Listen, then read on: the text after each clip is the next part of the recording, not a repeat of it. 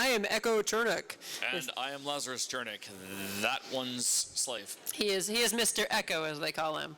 And we run a lot of different Kickstarters in order to produce a lot of the my individual pieces in our books. Kickstarter is, I'm delegating, Kickstarter is...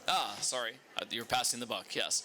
Kickstarter.com is a website where producers of content, products, and inventions can reach out to the public and say, hey, this is really cool, but I don't have enough funds to put it together. Specifically creative endeavors. Yes. And if you back me with some money, then I'll give you a reward. Sometimes the rewards are simple thank yous. Sometimes they are trips around the world.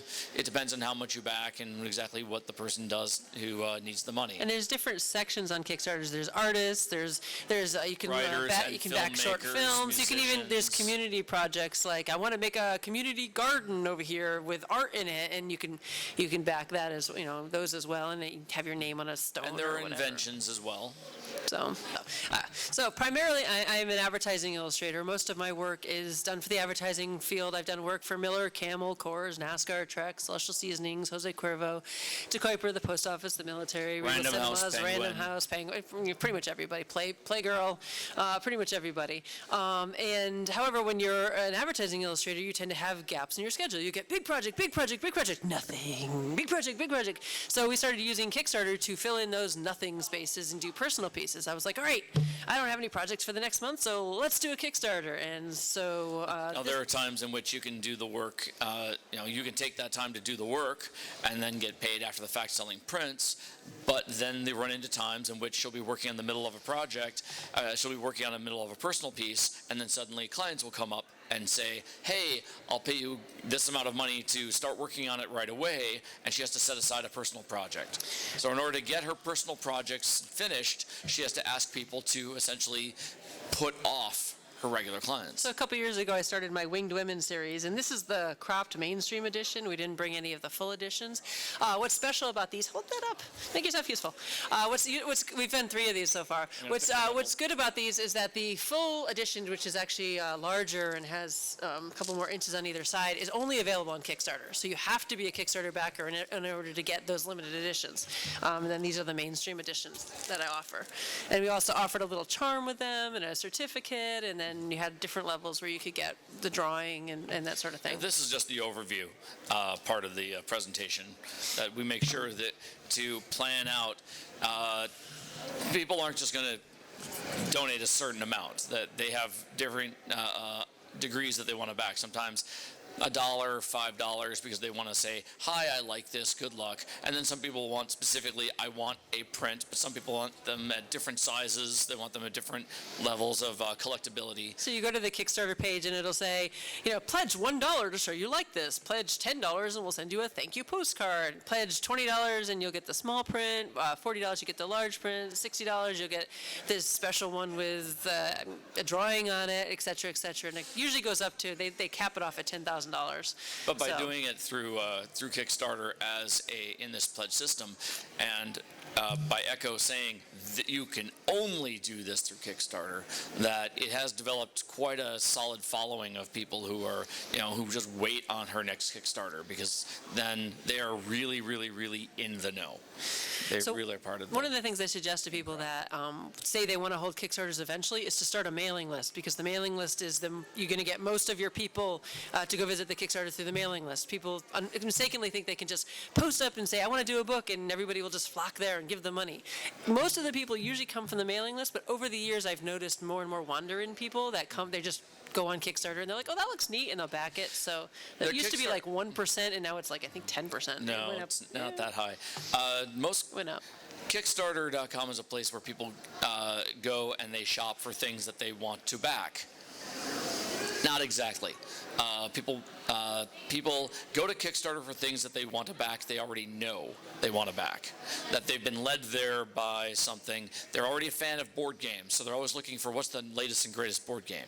They're already fans of pinups, so they're looking what's the latest and greatest pinups. If you aren't in a genre that has a rabid following like that, you're not going to get someone's attention. So Echo actually spent we spent 2.5, 3 years traveling around the country, going to conventions and art shows, collecting mailing lists, collecting email addresses, so that when she was finally ready to do her first book, which we do not have here, we don't have it because we sold out of it. We could specifically reach out and tell them, hey, it's finally up, coming back it. This is the second book and the third book, and then we did a calendar, and then we've done 3 of these pieces, that piece there, and you forgot to bring Champagne Cthulhu, which is our latest one. So, all through Kickstarter, yeah. So, and I've also been involved with other Kickstarters, like the Pears deck, which I have at my booth, which was a Kickstarter run by somebody else that my art was on, so. And we've been a part of over 15 Kickstarters, 13 of which have all been successful, 2 of which have not. For people who want to come in and who want to back something, just go to Kickstarter.com, enter in what it is you're a fan of, and you'll find stuff there. If you wanted to run a Kickstarter to back something of your own, you really have to do the due diligence and find out who it is that is going to back you. That's the biggest problem with the ones that do not succeed. They don't have an idea of who's actually going to be spending money to back them. They'll see newspaper reports or television reports about such and such project was $10 million. Like Exploding Kittens was a game that came out a little while ago, and everyone was really excited and surprised at how huge it went. And it was their first ever Kickstarter. Not exactly. That company was a cartoonist who had been building up a fan base for over 10 years, who have been rabid for every single thing that he makes over those 10 years, and they're already game fans, and when he finally announced he was making a game on Kickstarter, and he had hundreds of thousands of fans who jumped on it. They jumped on it within 48 hours. That then spun off to news items and news things. Hey, this is a really big thing. It got into Wall Street Journal. And people who knew nothing about Kickstarter flocked to it, went to see what it was, and thought, oh, well, if all these other people think it's cool, it's only $15. Sure, I'll back it. And then there's the thing called stretch goals. Stretch goals are, say you have a $10,000 goal on your Kickstarter, but then you make your goal in the first couple days, and you're like, hey, that's great. Nobody's really motivated to give you more money because you've made your goal. So you introduce a stretch goal. You say, hey, if we get to 15, I'll give you this as well. If you get to 20, I'll give you this as well. If we get to 30, holy cow, I'll give you this as well.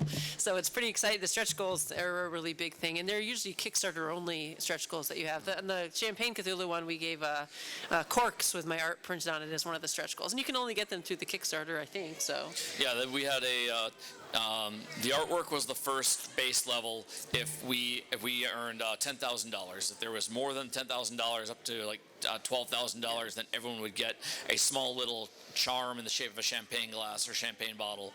And then we got to $13,000 that everyone could get we got a champagne cork that actually had her artwork laser engraved on it, which is a great idea.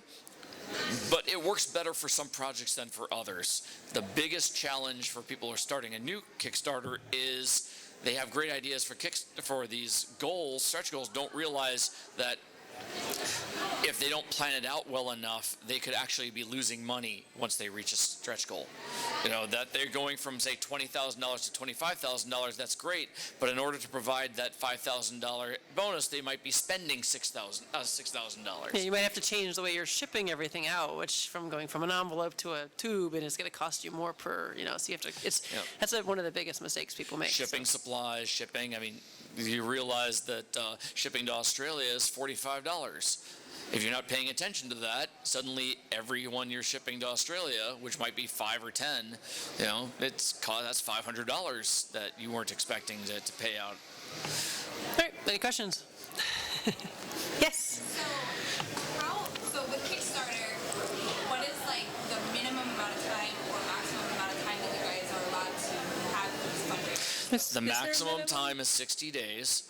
There is no minimum time. But the Kickstarter takes a percentage, so they have to review every project that comes through, and they are going to review to see if it's something that is reasonable. So if you want $50,000 in 24 hours, they're going to kick it back to you and say, you have to think about this. There's also criteria too. You can't, for instance, if you're a fashion designer, you can't say, I want to raise $25,000 to open my studio. They're not good. That's not allowed. However, if you want to raise $25,000 to create the world's coolest wedding gown out of bottle caps. That's allowed. So you have to have an actual project that you're creating, not just a general, idea of it. And everything is worded carefully that says, that it is expected to be delivered, the rewards are expected to be delivered to the backers by X amount of time. It's only expected. There is no legal mandate that says it has to be done at a certain time. Some Kickstarters go on much too long. We have run successfully 10 for Echo all by herself. Most of them are within a month or two of when they need to be out, and her fans are okay with that. One of them ran quite 8 months late. So we had some people who were complaining about it, but luckily, because she had built up such a reputation with them, most of her fans were cool with it. But then I did one in January where the Kickstarter was 17 days long, and we shipped everything 2 weeks later, so it was pretty crazy. We did that also specifically to help, get back and earn back your reputation for being late on the one just before that. All sorts of little. There's another site there. called GoFundMe, which some people use instead, and the benefit to GoFundMe is it doesn't have the, for instance, in Kickstarter, if you don't make your goal, you don't get any money. So if you have to set a goal in I want Kickstarter. $10,000 and you don't make it in the 30 days, you don't get anything. Nope. No. And then you get it all at once. Well, what happens is they don't even run anyone's credit card until your date. And if you don't reach your goal by that date, they don't run anybody's credit card.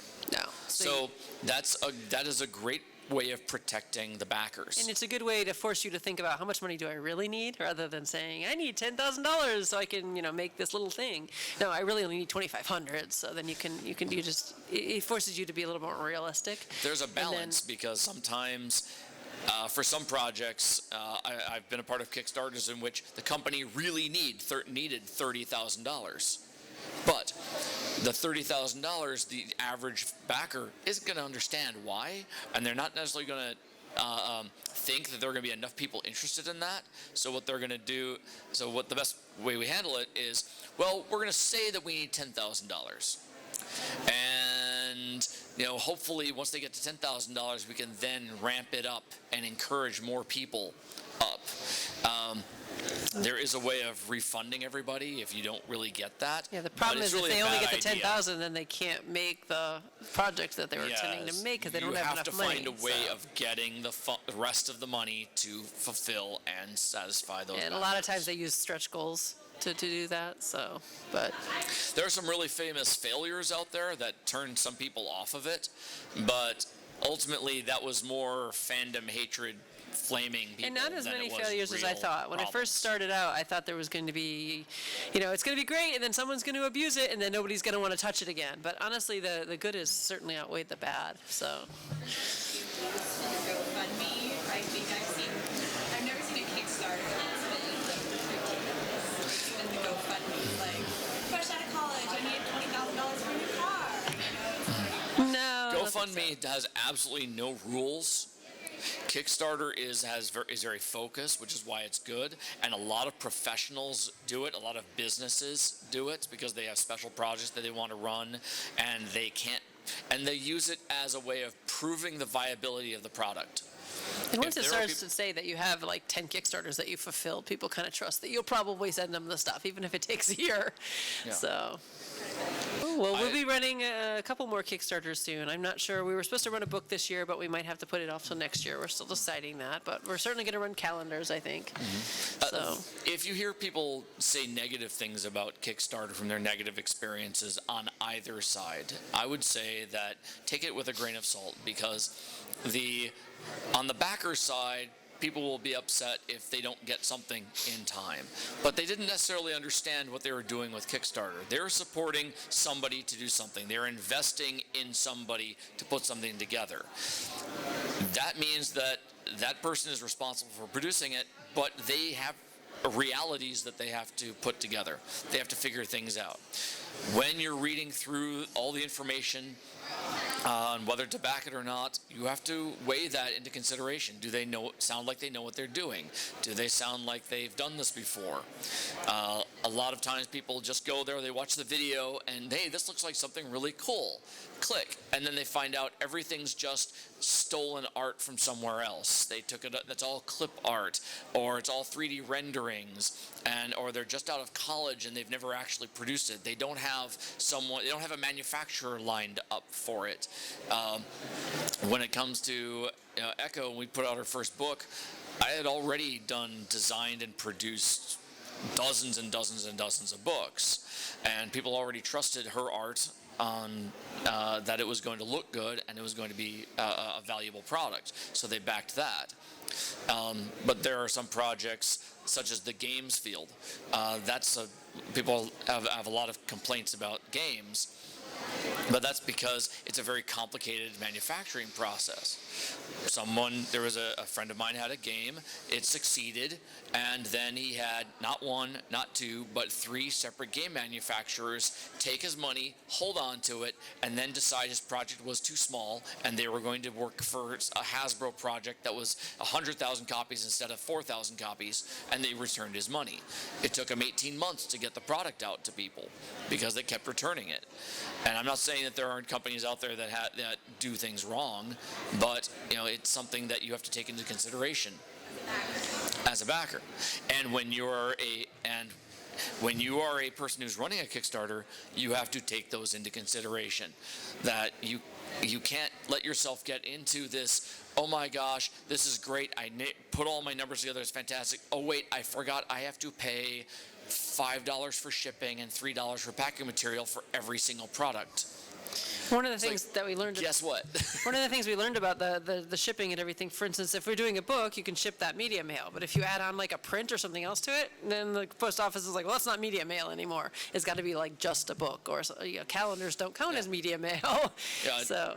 And it gets more expensive. And if you're shipping out 100 books and you're no longer able to do them for whatever media mail is, $3 each. Now you have to do them for $6 each. That's quite a difference. I can ship this in an envelope. The envelope cost me $1.50. I can ship this for $3. That's $4.50 using USPS's media mail program. As soon as we put a print or a calendar or a little thing in there, then we can still ship it media mail, but there's a risk of the post office opening it up, checking it out just to make sure they find something else in there that they personally will deem invalid. Suddenly now it becomes $9 each to ship. And that's a huge difference when you're shipping out 100, 200 units. And when it comes to games, things even get more complicated. People are wondering, well, why should I pay $25 for why should I pay $40 for a $25 game? Well, it's $25 on the shelf of something that was made 50,000 units. That means the manufacturer paid $5 each for them. But I've been a part of trying to put games together. People only want to pay $40 for them, but at the quantities, it takes $25 to make it, plus another $10 to ship it. What's even the point of making it? How long have you been doing this style of art? I started illustrating yeah, I used to doodle when I was in junior high. I used to doodle like sketches of women on the side of my tests and everything, and see if I could design the smallest bikinis possible on them. So that was kind of weird to my teachers. So pretty much all my life. Yeah. I went to school. I went to Pratt Institute for commercial design for illustration. I went to Pratt Institute for advertising art direction. That's where we met. Yep, and then I worked in the game industry for a long time, and I did a lot of work for White Wolf and for a lot of interior black and white illustrations that paid terribly, still pay terribly, but sometimes I just do them for fun. But because now. they pay terribly, that they're less picky about how young the artist is and how inexperienced they are. So yeah. So now I do mostly advertising illustration. I do some game art because we're gamers and we enjoy it. So this whole book is on Shadowrun art. And gaming industry pays terribly, but it's so much fun if you actually enjoy it. But I intersperse that between between my advertising illustration and then between my personal pieces and between a series of pinups that I'm doing for another collector right now. I don't sleep much. If you go to any grocery store in the country, you're going to see her stuff all over it, but you won't necessarily recognize it and go, "Oh, well, wow, she does. That's the same woman who does, Cthulhu." Actually, some people portrait woman recognize them. They'll be like, I pinups. picked up some, what do you call it, the Otria package design, and they're like, that looks like your work. Is that you? And I'm like, how did you even know that? So sometimes they put all my work together. Like, Bad it's all out choice, on my 'cause table. You hate that Otria project. That was terrible. It's all on my table right now, and I look at it all and go, it's so many different styles. It's just, pretty prolific. So, yeah, I didn't like the Otria project at all. I did that on the road in an RV while I was driving to Florida, so I have to keep stopping and doing sketches and sending them in and having phone meetings like on the road, so they had no idea where I was. What's So- funny is that we'll do conventions, and art directors from around the country for agencies and companies will pick up her books and look at all of her personal work, her Art Nouveau and her pinups, and they'll try and figure out how to use it on their projects. I would say 1 out of every 2 calls that come to her, the projects start off and they get killed halfway through the sketch process as someone else decides that no, that's way too sexy for our project.